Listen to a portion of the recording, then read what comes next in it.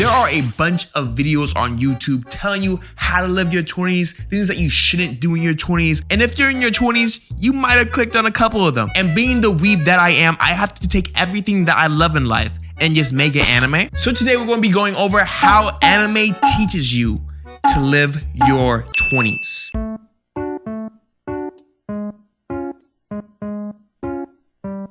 So ages in anime aren't really the biggest factor ever. You could pull something very impactful in your life from like a cast of high schoolers, which a bunch of anime is, when you're in your 40s. But I always appreciate when anime kind of like takes that extra step and be like, hey, you know what? I'm gonna make an anime based off a certain demographical age and we're gonna run with it. Not really the high school range, because I guess that's what most anime kind of do, but when they step out into like their 20s, their 30s, their 40s, even like early childhood, it always switches up the game a little bit, makes it a little more interesting, can create a lot of new and more impactful scenes for me personally. So today we are specifically locking down on the age range of the 20s, and we're going to be looking at 3 different factors that I saw as a trend during these anime, and in general seem to be a very like pivotal factor to people who are in their 20s. Number 1 being your relationships, number 2 being your career, and number 3 being your own self-improvement. And just to preface, I'm coming into this video as like a 23-year-old. I'm early in the mix, right? This is kind of a video that I want to make in my early 20s so I can look back on when I'm like 29, about to hit 30. Oh my God, I'm hitting 30. Just to see if the things that I found came to be true, or was it cap, or, you know, whatever I come to, whatever conclusion when I'm like 29, 30. And guys, strap in as we hit the first category, being relationships. And the anime that I chose for this category will be none other than the 2000s classic Nana.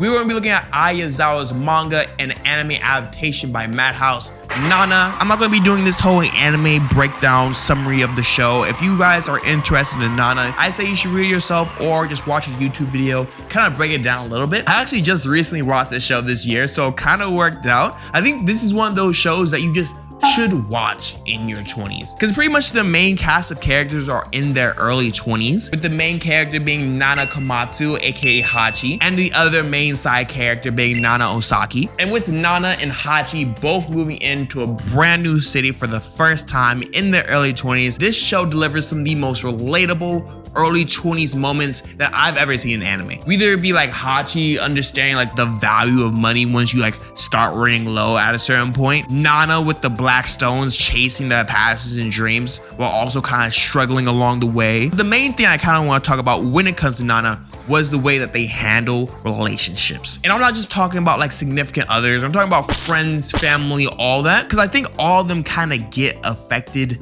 when you hop into your 20s. And Nana does like a really cool job in taking these sort of real issues that people face and kind of just like adding that anime dramatic twist to it, because a lot of stuff is kind of hyperbolic in anime as a whole, and Nana is not an exception to this. So even though throughout the show there are a bunch of characters that are just making these very poor decisions, they stem from like a pretty relatable place. Like they're not making up these situations. Real life issues like codependency, cheating, parental relationships, commitment issues are just like a couple things that they cover. I thought it was pretty cool because I feel like people don't really talk about much, but your relationships kind of do get harder in your 20s. And there's like multiple reasons why this is the case. A lot of people during this time are finally trying to develop their career, and the time that takes out of your everyday kind of adds up. You don't really have as much time to socialize as in like your early teens or your late teens. Your main responsibilities start to kind of build as well, especially if you're living alone as well, like the Nanas are. You're paying rent now, you're paying your bills, you gotta put food on your table, you gotta still like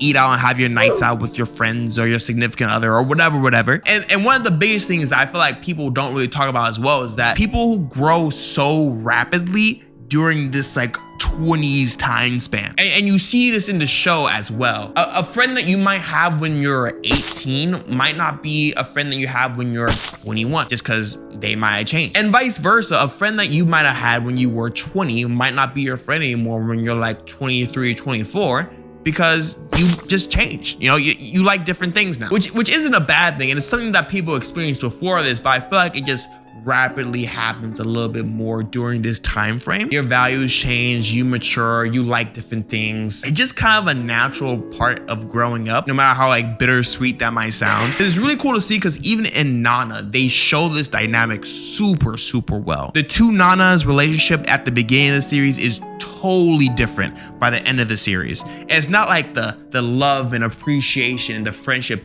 still isn't there. It's just they've changed, the circumstances changed, their environment has changed, different situations had led them to certain things, and before you know it, their relationship is just not the same anymore. A lot of shows don't really cover this, but it's a real life aspect that kind of happens every single day. And this is one of the reasons why I feel like this show is pretty successful. So let's hop into the next category. Resuming, we're getting through this. We're going to be going over careers, and we're going to be using the anime Shirobako as our example.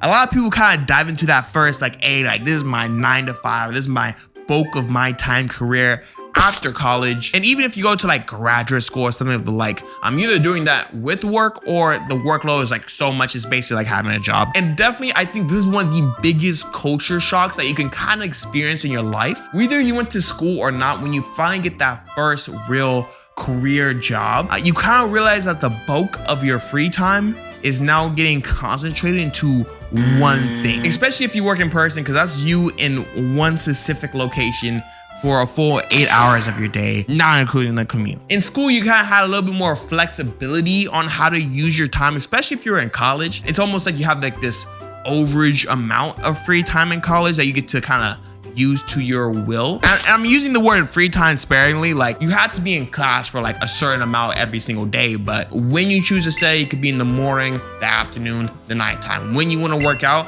it could be the morning, afternoon, or nighttime. When you want to eat, it could be any time really you kind of want to. If you wanted to hang out with your friends, you can re-navigate and reschedule your day to kind of make it fit in. When you're at work and you have to be there, you can't be like, hey, like I'll do my homework later and then I'll hop into my 9 to 5 shift. It just doesn't work. It just doesn't work. Again, I don't have like an online job, so I don't know if it works differently, but this is just coming from an in-person worker. Like you only get like a small window of like, hey, this is what I want to do during this type of day for 5 days of your week. And this isn't even including if you're feeling like that free time with like a second job or like some type of side hustle. So Shirobako did a good job in showing like a pretty realistic work environment, but it also did a really good job in showing how much it could kind of take away from the other aspects of your life. The anime shows how much work can take away from like your family life, how many times you get to see like all your family members in comparison to before, having to plan these like catch-up days with your friends now because like you have to work and you gotta like align your schedules now because all your friends are working as well. And a big thing as well, it just shows how demanding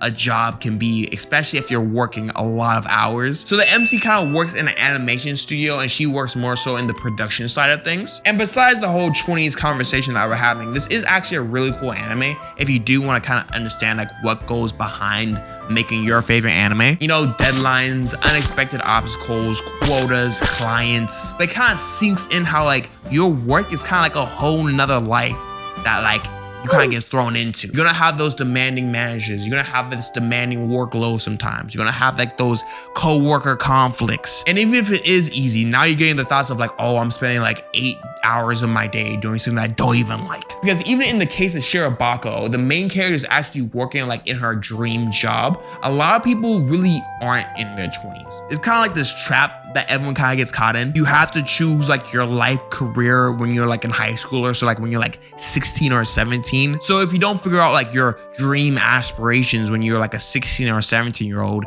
you're going to college for a major that you're kind of like so about. And some people switch majors a couple times during like their college careers. Some people are like, oh, this is perfect, this is everything I want. And some people are like, oh, you know, this is okay. So you get a degree in something that you think is okay. So now you're trying to find a job, and even if it's something that you really like, you're just starting out, so you gotta get whatever takes you. So you finally get a job for a company or major that you don't really care about like that, because you had to decide everything when you were like a 16 or 17-year-old. And it's horrible. But to hop into our last category, we are going to be talking about self-improvement during your 20s. And the anime that we are going to be discussing is going to be one of my favorites of all time. Guys and gals, we're talking about Honey and Clover. Holy shit.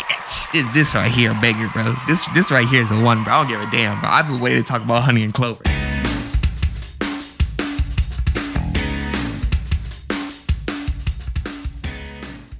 But before I hop into this category, I'm not going to be going too hard on this one because, again, I'm 23. I have like 7 more years of like story arcs to happen to me that can totally like flip me upside down. But overall, the changes that I've personally like experienced during just like the 3 years that I've been in my 20s is substantial. There's some shit that I've seen myself do when I was like 21 where I'm like, bro, I would not be able to do that anymore. But one thing that Honey and Clover did really, really well is portraying the aspect of freedom in your 20s. This is sort of the first time in your life where you have free will to quite literally do anything that you kind of want to do. A lot of people don't realize it, but you're not like held down by your parents anymore. You're not held down by like a school system. You're not held down by like any like age laws anymore. Theoretically, everybody in the world can drop whatever they're doing, quit their job, live a life as a nomad and eat like crumbs for breakfast every single day while traveling the world. Or you can attempt to make this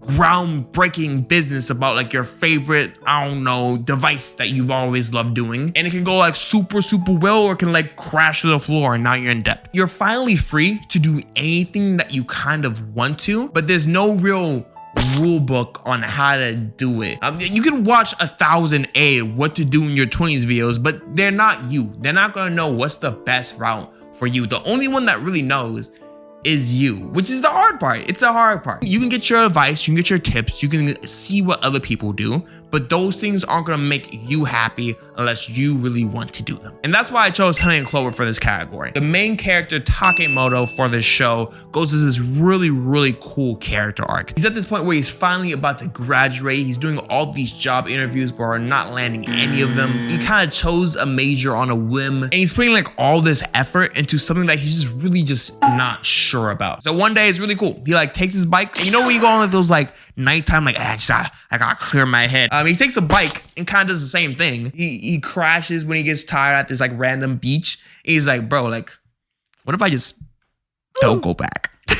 He kind of just takes his bike and he just kind of rides away, and which eventually takes him to like all the way to like the end, like the bottom of Japan. And the way I explain it might not sound as interesting as it really was, but he's really just riding his bike around with no expectations, surviving day by day, really taking things as they come. And then by the time he comes back, he kind of learns a little bit more about himself, kind of like what he wants from himself. And you know, all he did was like just take that me time that he kind of needed. Now, do I think like taking your bike and just like driving through the middle of like South Central is like your best option? No, I don't think. This is anime logic, guys. This is anime logic. But I think a lot of people are in the situation that Takemoto was in, where they're just confused on like, what is my place in the world? What should I be doing with my time? Am I wasting my time? And that feeling is huge. Like, am I doing enough? Did I waste that opportunity? Like, am I running out of time? Like, these are all questions that go through your head, especially in your 20s. And if you talk to people in their 20s, I'm gonna be honest, everybody feels the same way. It kind of sucks, but hey, it's like, you just do what you can, you know? You have your goals, you have your aspirations, you're going for it, but you don't know how it's gonna work out. But the good thing is, like, at least like, it's just not you. It's like everybody. We're like drowning, but we're drowning slowly as a group. It's not great news, but it's something that I learned from this show that kind of was comforting. If you're in your 20s, what are like some good anime that you experienced? It doesn't have to be like with the characters being in their 20s, but what's some good anime that you're like, hey, like I felt this, or like this was relatable. But hey guys, thank you guys for watching the video again. Guys and gals, these are gonna be my blank thoughts.